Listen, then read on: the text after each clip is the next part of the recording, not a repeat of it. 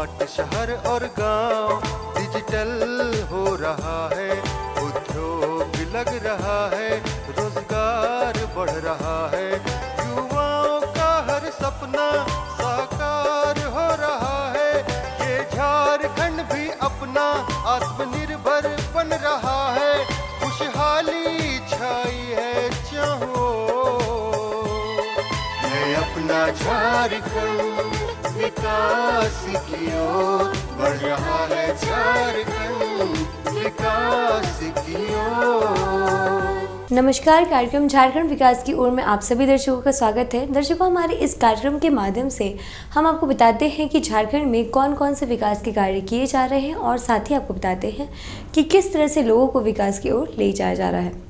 दर्शकों, हमारे आज के कार्यक्रम आपको लिए चलेंगे Swarnarekha group of institute Ranchi के युवाओं के पास, जो कि नर्सिंग का शिक्षा प्राप्त करके खुद को हुनरमंद बना रहे हैं। दर्शकों, आज के समय में हर किसी को शिक्षित होना बहुत ही ज़रूरी है और आज के समय में रोज़गार से जुड़ना भी बहुत ही ज़रूरी है। तो इसी के लिए युवाओं को तरह तरह के इंस्टीट्यूट से जोड़ करके उनको शिक्षित किया जा रहा है। तो चलिए मिलते हैं इन युवाओं से और जानते हैं कि वो किस तरह से नर्सिंग का शिक्षा प्राप्त करके खुद को हुनरमंद बना रहे हैं।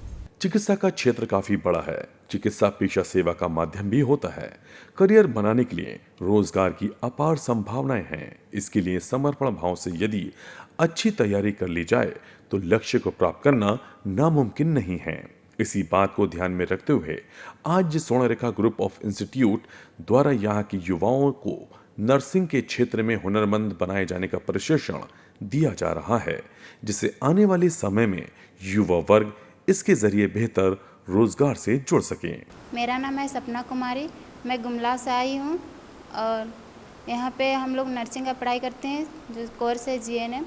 अभी हम लोग को वाइटल साइंस और बेड मेकिंग और आगे चलकर हम अच्छा से पढ़ाई करेंगे और अपना पढ़ाई मतलब क्या बोलते हैं, आप आगे चल के अच्छा से पढ़ाई करने के बाद अच्छा से नौकरी करेंगे और गवर्नमेंट जॉब करने का प्रयास करेंगे। My name is Modesta Nag. My place is Plamu, Daltonganj और हम यहाँ नर्सिंग का जीएनएम सेकेंड ईयर में है, उसका कोर्स कर रहे हैं। और हमारा मुख्य उद्देश्य है कि हम पेशेंट यानी कि मरीज लोगों का सेवा करेंगे और हम बेटर तरीके से सीख करके यहाँ पर हमारे टीचर्स हैं वो हम लोगों को अच्छी तरह से पढ़ाती है, जिससे हमारी जानकारी मिलती है और फिर हम लोग चाहते हैं कि हम लोग बेटर बने और अच्छा से सीख करके कहीं हॉस्पिटल में काम करें, ताकि हम वहाँ के मरीजों को सेवा कर सके और अच्छी तरह से ट्रीट कर सके, ताकि हम लोगों को अच्छी एक रोज़गार भी मिल सकती है उससे। फिर हम लोग का कुछ बहुत हमारा उद्देश्य है कि हम लोगों को सेवा करेंगे तो ही हमें एक अच्छी रोज़गार मिलेगी और उससे हम अपने फैमिली को भी ट्रीट कर सकते हैं या फिर देख सकते हैं। हमारा नेचर वर्क ये पहले तो हम ये बोल सकते हैं कि हम पहले तो पेशेंट को ही केयर करेंगे, हमारा मुख्य उद्देश्य है।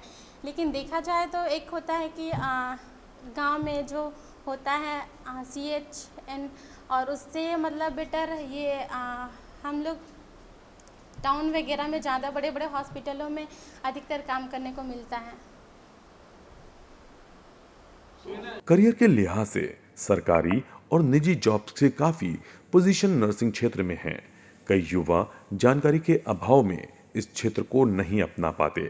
ऐसे में कुशल मार्गदर्शक की आवश्यकता होती है, जो उन्हें करियर के क्षेत्र में सही राह दिखा सकें। नर्सिंग क्षेत्र में ANM, GNM आदि क्षेत्र में करियर बनाया जा सकता है। मैं अभी नर्सिंग कर रही हूँ GNM, जिसमें फर्स्ट मैं इसका कुछ मेरे को पता आइडिया नहीं था, पर यहाँ पर मैं जब नर्सिंग में एडमिशन ली, मेरा फर्स्ट प्रायोरिटी था जॉब, जो इजीली मिल जाता है GNM में। ऐसा नहीं है कि मेरे को गवर्नमेंट का ही तैयारी करना पड़ेगा, ऐसे मैं प्राइवेट में भी कर सकती हूँ।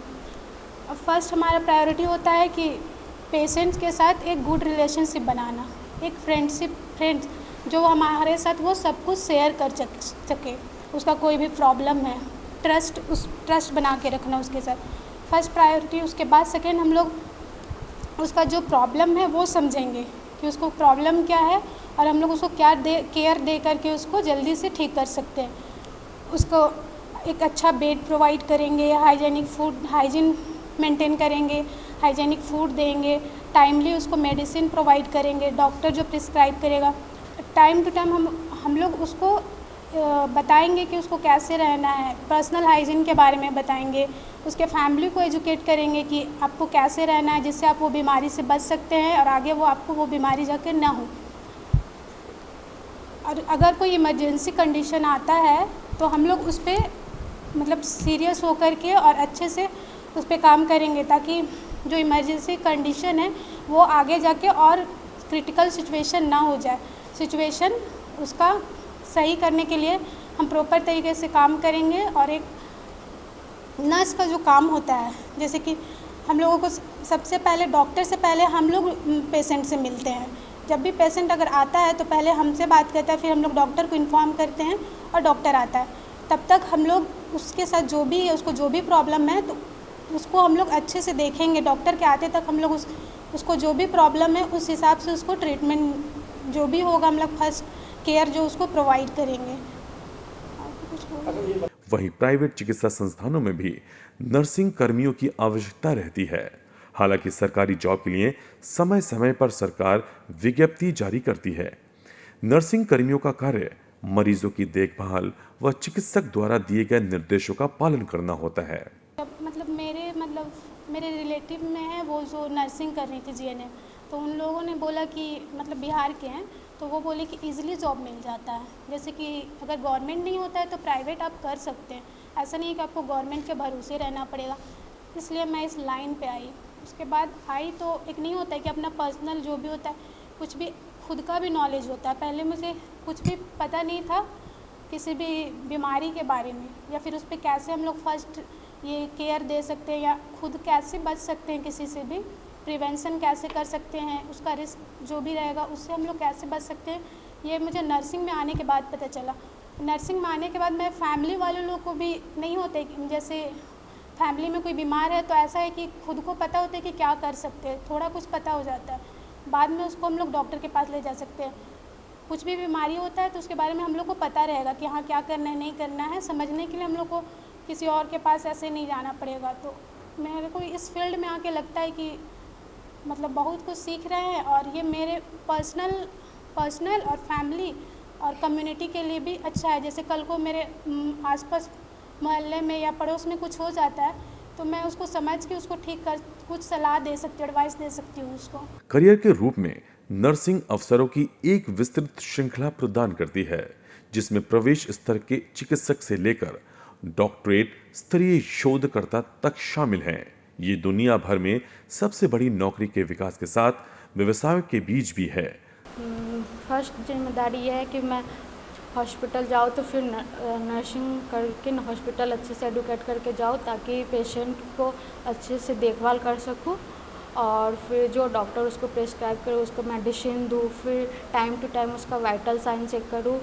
फिर उसके बाद कोई भी क्रिटिकल कंडीशन हो तो फिर पेशेंट को कैसे ट्रीट करना है उसके बारे में पेशेंट मतलब उसके बारे में बताओ उसको, और फिर उसके फैमिली वाले को भी बताओ कि अगर कोई जैसे एग्जांपल कि अगर उसे HIV है तो उसको कैसे उससे बचना है, क्या करना है, वो उसको भी समझाए और फिर उसके फैमिली वाले को भी एडुकेट करें।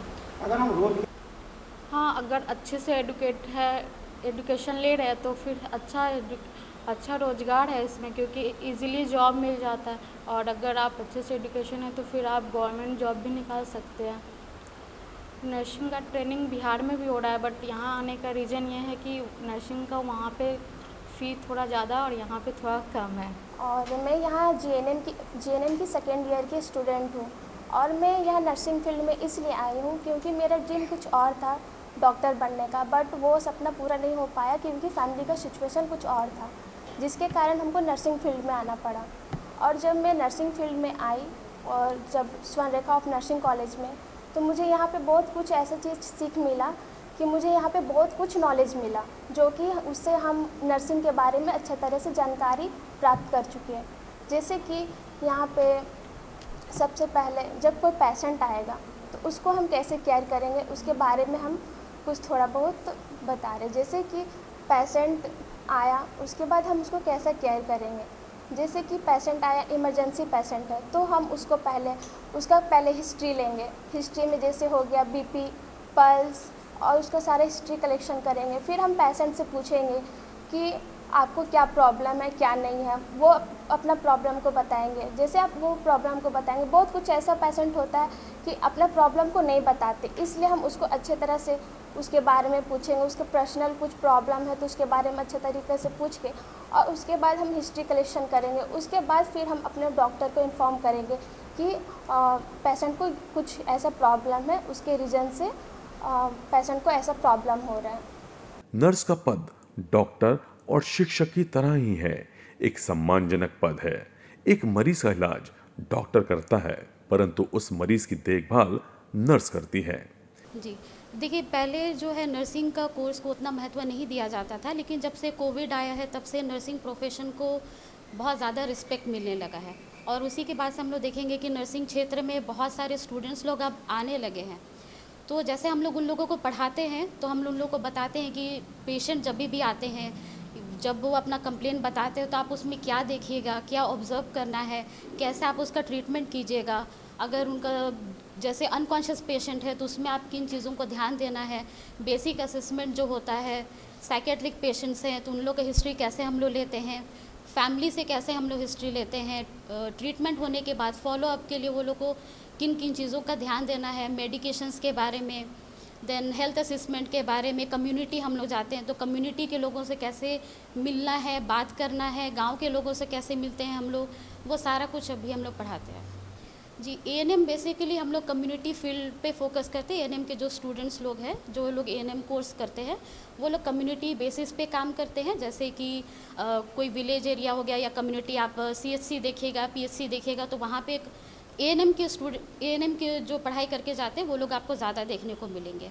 और जो जीएनएम के स्टूडेंट्स हैं वो लोग आपको हॉस्पिटल फील्ड में ज़्यादा देखने को मिलते हैं।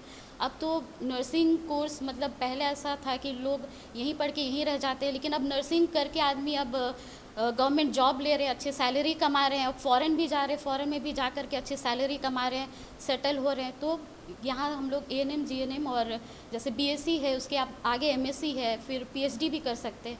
तो बेसिक नर्सिंग का कोर्स है वो एएनएम और जीएनएम है और बीएससी है। जी अभी देखिएगा नर्सिंग के कोर्स स्पेशली अभी कोविड के बाद से जो नर्सिंग के फील्ड में जो लोग हैं वो लोग अपना बहुत अच्छा सैलरी कमा रहे हैं। जैसे अभी हम लोग बरियातू के रास्ते में देखेंगे, पहले ये रास्ते में उतने हॉस्पिटल्स नहीं थे, लेकिन अब हम लोग देख रहे हैं धीरे धीरे हॉस्पिटल डेवलप होते जा रहे हैं, हेल्थ सेक्टर बहुत ज़्यादा इम्प्रूव होते जा रहा है, मल्टी स्पेशलिस्ट हॉस्पिटल्स खुलते जा रहे हैं। तो नर्सिंग के जो नर्सिंग कर रहे हैं वो लोग प्राइवेट सेक्टर में as well as government sector में, और उसके साथ ही बाहर फॉरेन जा कर के भी वो लोग बहुत अच्छा अर्निंग करते हैं, अपने फैमिली को सपोर्ट कर रहे हैं, खुद सपोर्ट अपने आप को इंडिपेंडेंट कर पा रहे हैं। ये सारी चीज़ें हम लोग देख सकते हैं। मैं इस नर्सिंग के फील्ड में नर्सिंग फील्ड में आने का मेन मोटिव मेरा यह था कि जैसे एक सेवा भावना था, लोगों का हेल्प करना ये। और जैसे एक मेरा शुरू से रुचि था कि मेडिकल फील्ड में आने के लिए, तो इसी कारण हम जैसे पता किए कि क्या है मेडिकल लाइन में हम कहाँ से एंट्री कर सकते हैं, नहीं कर सकते। तो हमको पता चला कि जीएनएम के कोर्स है नर्सिंग फील्ड में जिसको कर सकते हैं हम। तो उसके लिए हम इस कॉलेज में एडमिशन लिए, और इस एडमिशन लेने से ये पता चला कि नर्सिंग है क्या नहीं है, आगे क्या होगा नहीं होगा, मेडिकल लाइन में क्या कर सकते हैं नहीं कर सकते हैं, अच्छा से गाइड किया गया। फिर वही सब सोच के तो देखा दर्शक आपने किस तरह से Swarnarekha group of institute Ranchi के युवा नर्सिंग का शिक्षा प्राप्त करके हुनरमंद बना रहे हैं, खुद को रोजगार से जोड़ने के लिए एक कदम बढ़ा रहे हैं। तो चलो अपने कार्यक्रम को थोड़ा सा आगे बढ़ाते और आपको लिए चलते हैं अनगढ़ा प्रखंड के गेतलसूत गांव में रह रही पुष्पा देवी जी के पास, जो कि JSLPS के माध्यम से किराना दुकान चलाकर खुद को रोजगार से जोड़ रही हैं, खुद को आत्मनिर्भर बना रही हैं। आज शहरी क्षेत्र के साथ हाई ग्रामीण क्षेत्र की लगभग हर महिला रोजगार से जुड़कर सशक्त हो रही है। देखा जाए तो महिला सशक्तिकरण का सीधा साधा अर्थ है सबलता, सुयोग्यता, आत्मनिर्भरता, आत्मविश्वास। हमारे देश में प्रायः महिलाएं सिलाई कढ़ाई, पापड़ बनाने, अचार बनाने जैसे कई कार्य करती हैं, किंतु इन्हीं कार्य को आज ये रोजगार का रूप देकर अपने हुनर को अपने आय का स्रोत बना रही हैं। जोहार, मैं संदीप और कार्यक्रम झारखंड विकास की ओर में आप सबों का स्वागत है। झारखंड विकास की ओर कार्यक्रम में झारखंड में होने वाले विकास कार्यों को हम आप तक पहुंचाने का कार्य करते हैं। इसी कड़ी में हम आप पहुँचे हैं रांची जिला के अंगड़ा प्रखंड के गेतलसुन में, और हमारे साथ पुष्पा देवी नाम की एक ऐसी महिला है जो JSLPS के सहयोग से दुकान चलाकर अपने जीविकोपार्जन का कार्य कर रही है। तो आइए इनसे हम जानते हैं ये क्या कार्य कर रही हैं, जब से JSLPS से जुड़ी हैं इनके जीवन में क्या बदलाव आया है, इनकी आमदनी कितनी बड़ी है। आइए पुष्पा जी से जानते हैं। पुष्पा जी, हमारे कार्यक्रम में बहुत बहुत स्वागत है। जी धन्यवाद। पुष्पा जी, अगर आपके जीवन की हम बात करते हैं जी, कि दुकान कब से चला रही हैं आप? मेरा दुकान तो साल भर हो गया, जैसे 10 मार्च 2023 में ही खोले थे, तो अभी साल भर से ज़्यादा हो गया। अच्छा दीदी, तो आप 2-3 साल से दुकान चला रही हैं, उसके पहले क्या करती थी आप? उससे पहले घर में ही बकरी पालन करते थे घर में, और सिलाई भी करते थे। तो अब तो आजकल सब घर घर सिलाई करता है, तो उतना नहीं हो पाता है, इसीलिए दुकान करते हैं। हाँ, तो ये दुकान खोलने के लिए कहीं कहीं पूंजी की आवश्यकता पड़ती है। हाँ। क्योंकि बिना पैसे के तो आप दुकान खोल नहीं सकती हैं। हाँ। तो आपको यहाँ देख रहे हैं काफ़ी बड़ा दुकान है, काफ़ी सारे सामान रखी हुई हैं, तो पूंजी कहाँ से मिला आपको? जब समिति में जुड़े उसके बाद क्या बोलते हैं, बैंक लिंकेज वाला भी पैसा मिला, लिए उसमें 50,000।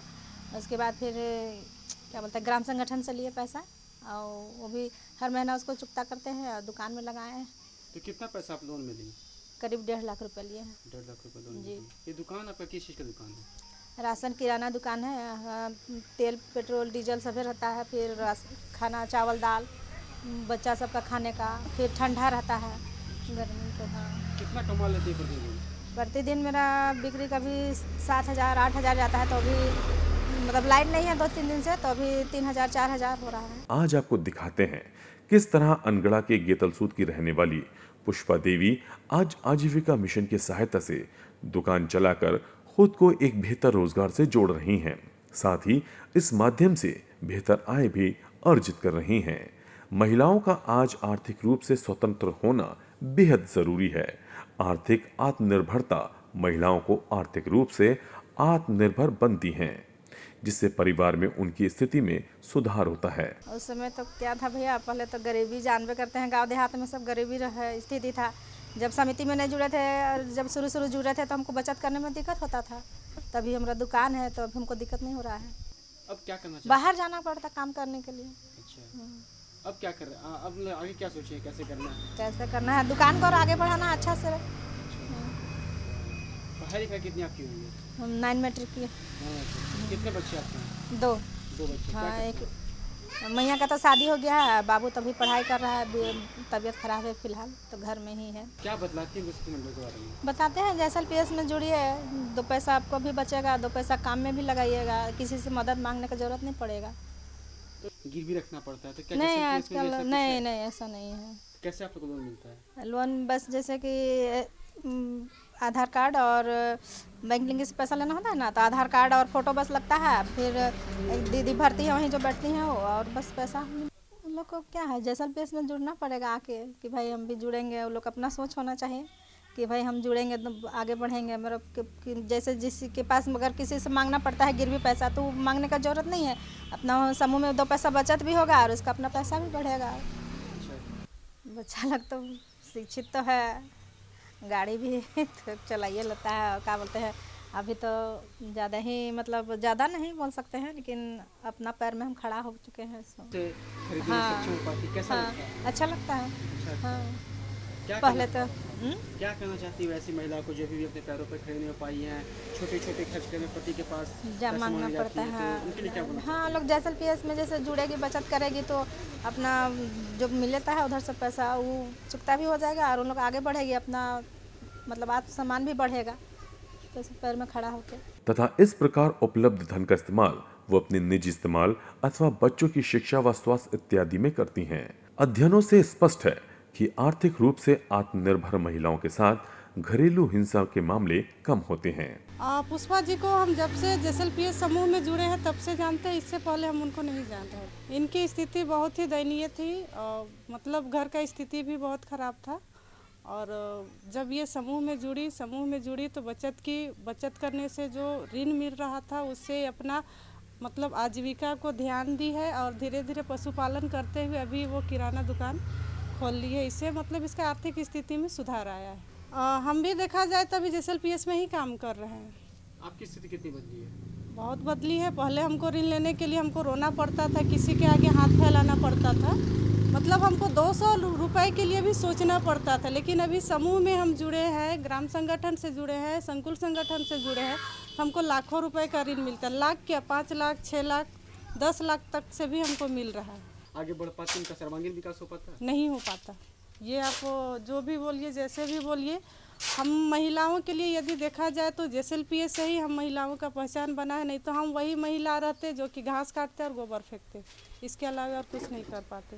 क्योंकि हमारा जैसे देखा जाए तो पढ़ाई भी कम है और इसके बावजूद हम लोग को JSLPS से हर एक तरह का ट्रेनिंग दिया जाता है, ऋण तो मिलता है, साथ में आजीविका कौन सा आप अपनाइएगा और कैसे उसको आगे बढ़ाइएगा, इसका भी हम लोग को प्रशिक्षण JSLPS से मिलता है। सिर्फ आर्थिक ही नहीं, किसी रोजगार से जुड़ने के बाद महिलाओं को मानसिक स्थिति में भी बदलाव आता है।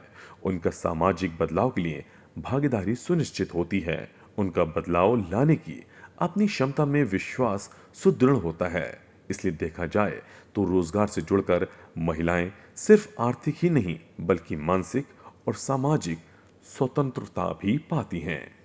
उनसे यही सीखें कि दीदी समूह से, ग्राम संगठन से ऋण लेके आगे बढ़ रही हैं, तो इनसे प्रेरित मिलता है कि हम भी आगे बढ़ें और दीदी को भी प्रेरित मिलेगा कि वो आजीविका से जुड़े और अपना आत्मनिर्भर बने, आगे बढ़े। शुरू में इनका था कि ये घर में ही रहते थे, मतलब घर से बाहर कोई भी काम हो या तो अपना घर का दयनीय स्थिति इनका थोड़ा सा ख़राब था, क्योंकि ये दीदी सिर्फ भैया काम करते थे और दीदी घर में ही रहते थे। ये इनको पढ़ाई में भी, बच्चा को पढ़ाई में भी दिक्कत होता था। तो इनको जैसे ड्राइव का रूप में आया, CRP राउंड आया, इसमें समूह में दीदी को जोड़ने के लिए बोला गया। समूह में जुड़ी, उसके बाद में समूह में जुड़ के फिर दीदी छोटा छोटा ऋण ली। उसके बाद में ये छोटा छोटा बिजनेस करने लगी, जैसे बकरी पालन की, बकरी पालन से लाभ होने लगा। फिर दीदी VO का अध्यक्ष भी बन चुकी है। VO का ये समाज सेवी के रूप में काम भी किए हैं और अभी ये अपने से बड़ा लोन लेके और इतना बड़ा बिजनेस खोल लिए, अपना कमाई ले रहे हैं। अपना जी को आप किस रूप में देखते हैं? ये सब दीदी को सीख है कि दीदी धीरे से धीरे आगे बढ़ी है और अभी अपना बिजनेस कर रही है, अच्छा इनकम आ रहा है। इससे दीदी को सीख मिलता है कि सब दीदी इससे प्रेरित हो रही है कि हम भी वैसा करें, हम भी ऋण ले, थोड़ा सा रिस्क ले और बिजनेस को आगे बढ़ाएं, हमको भी 2 पैसा इनकम आए। तो देखा दर्शकों आपने किस तरह से आज के समय में आज के युवा खुद को शिक्षित करने के लिए अलग अलग इंस्टीट्यूट से जाकर के शिक्षा प्राप्त कर रहे हैं। तो हमारे आज के कार्यक्रम में आपको यही दिखाया गया कि किस तरह से सोनरेगा ग्रुप ऑफ इंस्टीट्यूट रांची में युवाएं नर्सिंग का शिक्षा प्राप्त करके हुनरमंद बना रहे हैं। और साथ ही आपने देखा कि किस तरह से पुष्पा देवी जी JSLPS के माध्यम से किराना दुकान चला करके खुद को आत्मनिर्भर बना रही, खुद को रोजगार से जोड़ रही है। तो दर्शकों हमारे आज के कार्यक्रम में फिलहाल इतना ही। आज के लिए हमें दीजिए इजाजत। नमस्कार। मैं अपना झारखंड विकास की ओर बढ़ रहा है।